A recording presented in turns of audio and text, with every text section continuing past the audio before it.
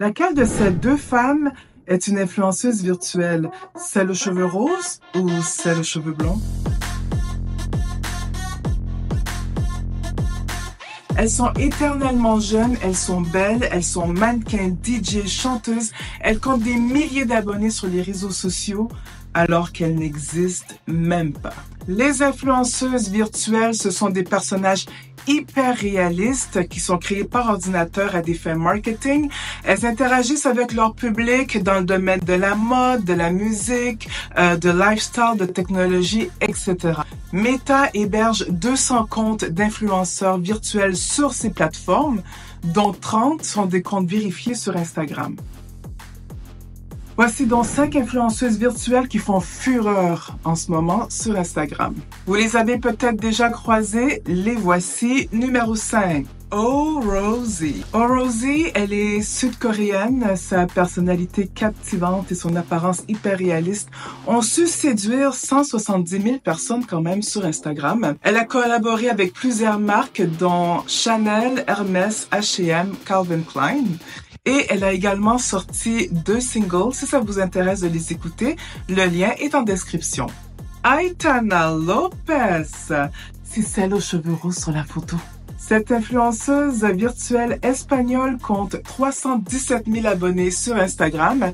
Elle est membre du jury du tout nouveau concours Miss IA, le concours des influenceuses virtuelles. Si vous désirez avoir des détails sur le concours, consultez le lien en description. Numéro 3, la magnifique Choudou, créée par le photographe Cameron James Wilson. Cette mannequin virtuelle a collaboré avec plusieurs marques de luxe, dont Balmain, Fenty Beauty et Dior. Ce qui rend plusieurs personnes furieuses parce que les mannequins noirs, les véritables mannequins noirs, auraient pu profiter de ces superbes opportunités. Numéro 2, Ima, la hit girl japonaise. Elle est très populaire auprès des marques. On la retrouve dans des publicités, dans des vidéos, des reels. Elle est très active sur les réseaux sociaux. Elle a été conçue par une entreprise spécialisée en images de synthèse pour les films et les jeux vidéo. En première position, Lil Miquela. C'est la pionnière des influenceurs virtuels avec 2,7 millions d'abonnés. C'est la plus connue sur la planète. Elle a vu le jour en 2018. Time Magazine l'a classée dans son palmarès des 25 personnalités les plus influentes sur Internet. Elle a collaboré avec Calvin Klein, Dior, Samsung et BMW, pour ne nommer que ces marques. Bravo.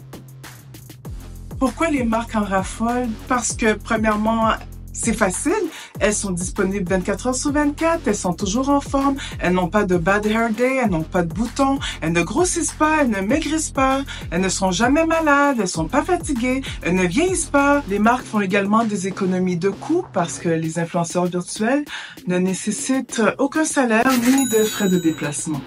Il y a aussi le fait qu'elles peuvent se déplacer sans problème, sans jet lag, elles peuvent faire le tour du monde, elles peuvent se déplacer à des grands événements sans payer le plein prix. Pour elles, c'est gratuit.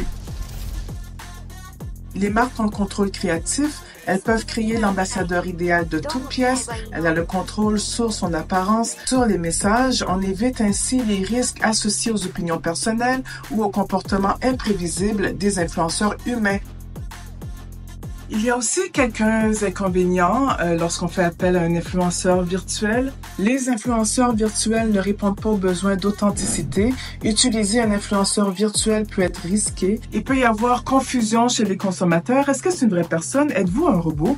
Donc, c'est des questions qu'on voit souvent dans les commentaires sur les réseaux sociaux. Les marques doivent donc être claires que ce ne sont pas des vraies personnes, mais bien des personnes numériques qui communiquent avec les internautes. Il y a le fait que les influenceuses virtuelles ne peuvent pas tester certains produits comme les cosmétiques, le parfum, la nourriture.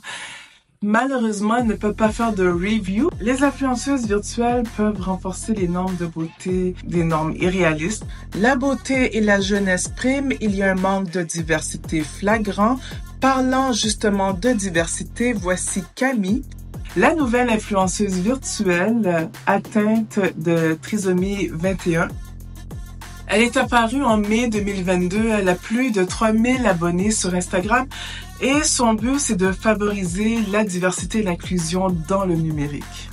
Elle a lancé le hashtag #TheCamiPledge qui regroupe différents témoignages de personnes atteintes de trisomie 21. Si tu veux approfondir le sujet, j'ai mis en description quelques articles. Tu peux également découvrir des influenceurs et influenceuses virtuelles dans la description. Aujourd'hui, je n'ai pas parlé des influenceurs virtuels masculins parce qu'ils ne sont pas aussi actifs et populaires sur les réseaux sociaux que leur homologue féminin. Par contre, j'ai inclus dans la description le lien vers quelques comptes Instagram pour que tu puisses les découvrir.